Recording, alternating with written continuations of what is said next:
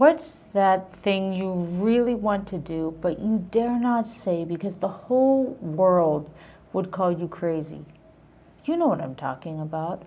That dream that sits quietly on your heart, that one that whispers to you, that you dare not mention to anyone at all, that one that makes you light up inside but terrifies you at the same time. That impossible dream you try to stop thinking about. Most people who reach out to me contact me because they feel deep down that they have a dream they haven't gone for. They haven't maxed out their life or their career. There's still something they want. But they dare not say it because the whole world would say that they're crazy. Most people even try to hide that thing from me when we first talk, but it never works.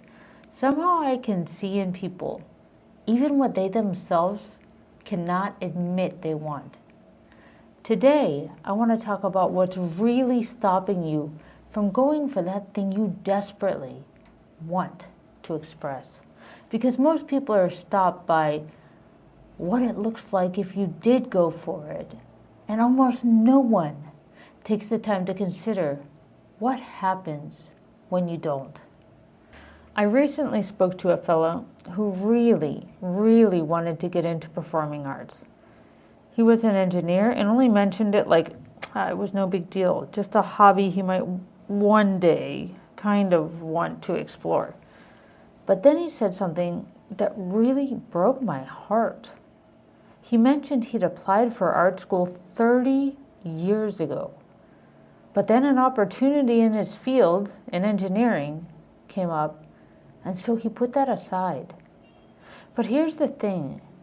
When we say put it aside, what he really did was try to take the oxygen out of that flame.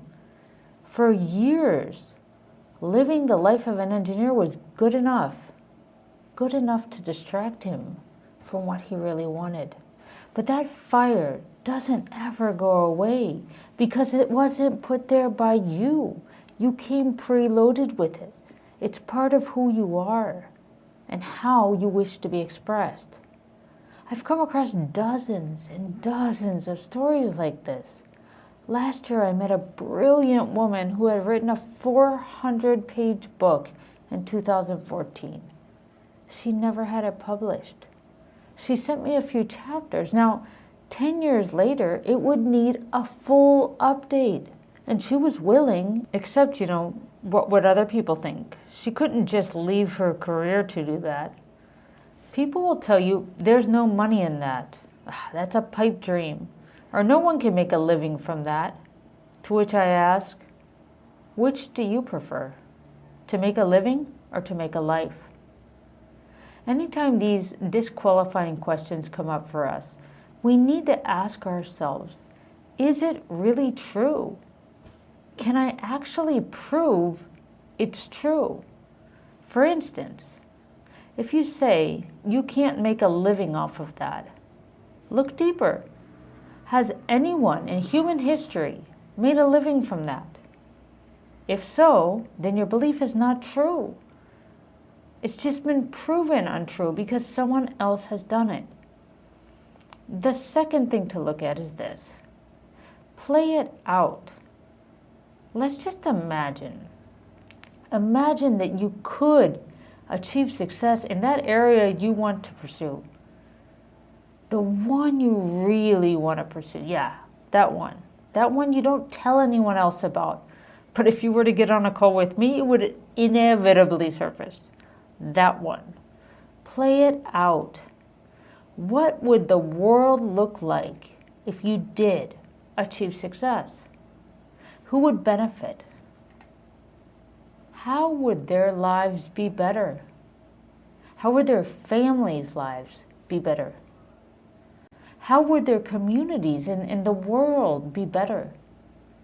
How would it impact culture, youth, opportunities? How many people would it touch? Really play it out in your mind. Maybe even journal about it. I was listening to music this morning to get my juices flowing before I had a broadcast. Creedence Clearwater Revival, 60s music. Let's say your thing is to impact the music industry somehow. So you would impact the musicians, the young and aspiring musicians, the other people associated with the industry. You would impact the people who listen to the music even generations away. The music I was listening to this morning is 60 years old. You could impact brands who use your music. You could inspire athletes or professionals or other artists who listen to your music before they perform because it lifts them up. Think about the reach. Turn up the volume on your visualization of this. Really look at, if you were successful at this thing, what could it mean? Could people all around the world hear about your country for the first time? Would people have more quality of life as far away as Finland or Fiji? Would people be happier, healthier? What could it look like? Would the world be more just? Would people be more accountable? Would the world be friendlier or happier? What would be the result if you went for that thing and were successful? Now, think of how those same people's lives look if you do nothing. It's a much more grim picture for them.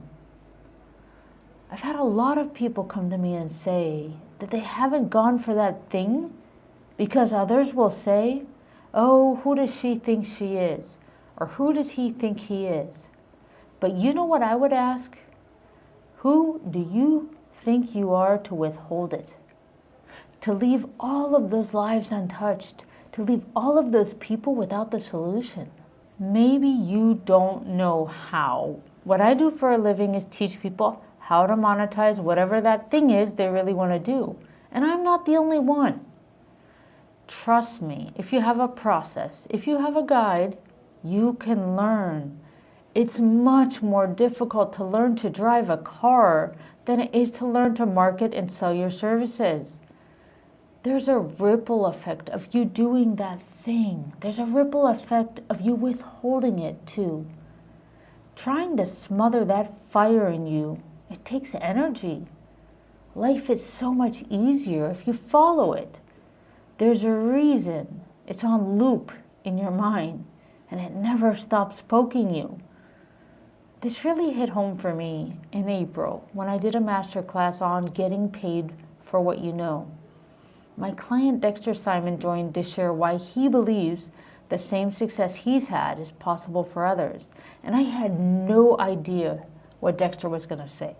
I just asked him to share his experience of where he was before we got started back in 2016 or 2017, 2018, and where he is now.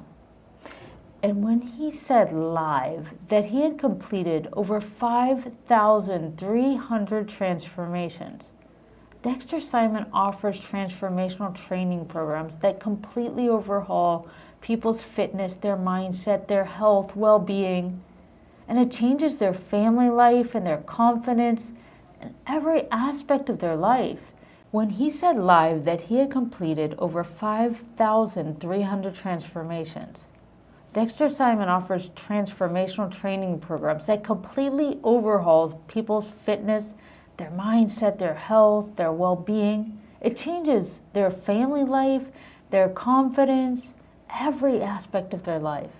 And when he said 5,300 transformations since he began using my framework, I got goosebumps because I suddenly saw not just Dexter's life and his family, I suddenly saw the thousands of people whose lives got this immense upgrade because Dexter was able to reach them. Many of them would have probably given up or never even tried. Dexter, in moving forward on his dream, pulled thousands of people up with him. When he said that, it stoked that fire in my heart, and a flash of meaning came into my life. That is what's available for you. That sense of meaning, of impact, of you coming fully alive. Do the exercise, write it down, play it out in your mind. Get the clarity you need, whether it's working with me or with someone else. Breathe life into that which makes you feel most alive. Find a guide to assist you. Don't smother it. Breathe life into it. Remember, if absolutely no one has done it before, maybe you are the one. The spark of what's possible is already in you. Stop asking, who am I to do this? And start asking, who am I to withhold this from the world? Take action today. Find a mentor, a guide, a coach, a program, a community. Just get started. Reach out if you don't know where to start. If my one-on-one spots are full, which they often are, I probably have a group program I can get you into. Just don't let it die. And certainly, don't put it to death. That fire inside you, your job is not to extinguish it. Your job is to express it. I'm Melissa Marchand, helping accomplished professionals build consulting businesses they love. If you know someone who has something in their heart they haven't breathed life into, please share this episode with them. The world needs what they have to offer.